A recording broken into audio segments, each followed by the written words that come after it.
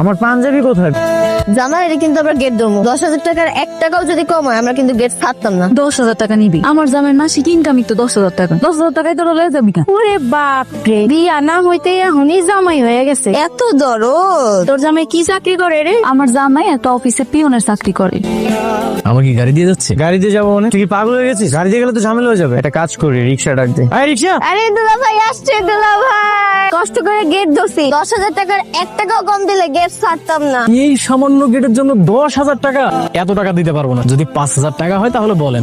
কি করতেছিস? দর কষাকষি কর। ওরা যদি জানতে পারে যে তুই 5,000 টাকা দিতে পারবি তাহলে তো বুঝতে পারবে যে আমাদের কাছে অনেক টাকা আছে। তুই একটা কাজ কর, 100 টাকা দে। 100 টাকা? তুই তো ফকিরে দিল 500 টাকার বেশি দিস। এগুলো তো বউয়ের শালী, বউয়ের বোন, তোর বউয়ের বান্ধবী, ফকির না। যেটা বলতেছি সেটা কর। দেখেন আমরা হচ্ছে খুবই গরিব মানুষ, আমাদের কাছে কোনো টাকা পয়সা নাই, শুধু বাসায় যাওয়ার জন্য 100 টাকা রাখছি। আপনারা যদি রাজি থাকেন তাহলে 100 টাকা দিয়ে দিচ্ছি আপনাদেরকে। আমরা কি ভিক্ষা করতে আসছি? আমাদের কি আপনাদের ভিক্ষুক মনে হয়? 1 টাকাও কম নেব না, পুরা 10,000 দিতে হবে। আসলে আমাদের কাছে বেশি টাকা নেই তো। আচ্ছা ঠিক আছে, তুই 200 টাকা দিয়ে দে। খবরদার দুলা ভাই, 200 টাকা দিয়ে নিজেদের মান সম্মানটা নষ্ট করেন না, অন্তত 500 টাকা তো দেন।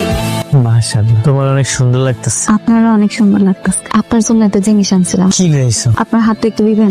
এইটা তো অনেক দামি জিনিস, এটা কেন আনতে গেছো? আমার একটা ছাগল আছিল, আব্বা এটা বিক্রি করে দিছে। বিক্রি কইরা সব করে আপনার লাগে আন্টিটা বানাইছে। কেন আনতে গেছো? কত এটা, কত দামি একটা জিনিস। এই দামি জিনিস যদি আমি হাতে পুরে পুরে রাস্তায় ঘুরি তাহলে যদি কিছু একটা হয়ে যায়? আব্বা অনেক শখ কইরা আপনারা বানাই দিছে, আপনি এটা স্মৃতি হিসেবে রেখে দিবেন। আচ্ছা ঠিক আছে, আমিও তোমার লেগে একটা জিনিস লইছি। আমার লেগে কি আনছেন? চোখটা বন্ধ করো, এইবার চোখটা খোলো। সুন্দরী দা, পছন্দ হয়েছে? অনেক পছন্দ হয়েছে। আমার কাছে তো বেশি টাকা ছিল না, এটা সিটি গোল্ডের 300 টাকা দিয়ে আমি কিনে লইছি। তাতে কি হয়েছে? আপনি ভালোবাসা আনছেন, এটা আমার স্বর্ণের থেকে দামি মনে হইতেছে। হ্যালো, ভাবির হাটটা দিছোস? হ্যাঁ দিছি। ওইটা কিন্তু 2 ভরি স্বর্ণের, প্রায় 3 লক্ষ টাকা দাম। ভাবির সাবধানে রাখতে বলিস। দেখো ইলিশ মাছ পাও কিনা। নতুন জামাই, ভালো মন্দ মাছ মাংস তো দিতে হইব নাকি? ইলিশ মাছের যে দাম, তারপর আবার ওই বিয়ের মধ্যে অনেক গার্জেন হয়ে গেছে। আব্বা তুমি এত চিন্তা করতেছো কেন? তোমার সাধ্যের মধ্যে যা পাইবা তাই আন। তুই জামাইটা যায় জিগা, জামাই কি কি মাছ খেতে পছন্দ করে? ইলিশ মাছ, মৃগা, কোন মাছটা খাইতে চাই? মামা জামাই যেটা পছন্দ হয় ওইটা আনুন। আব্বা বাজারে যাইবো তো, আব্বা জিগাইতে কইছিল আপনার কি মাছ পছন্দ আনবো। আমার তো সব মাছই পছন্দ। কি কন, আপনার ইলিশ মাছ পছন্দ? ইলিশ মাছ চাইতে আমার সবচেয়ে পছন্দের মাছ কি জানো? পাঙ্গাস মাছ, তেলাপিয়া মাছ, কই মাছ, এইগুলা।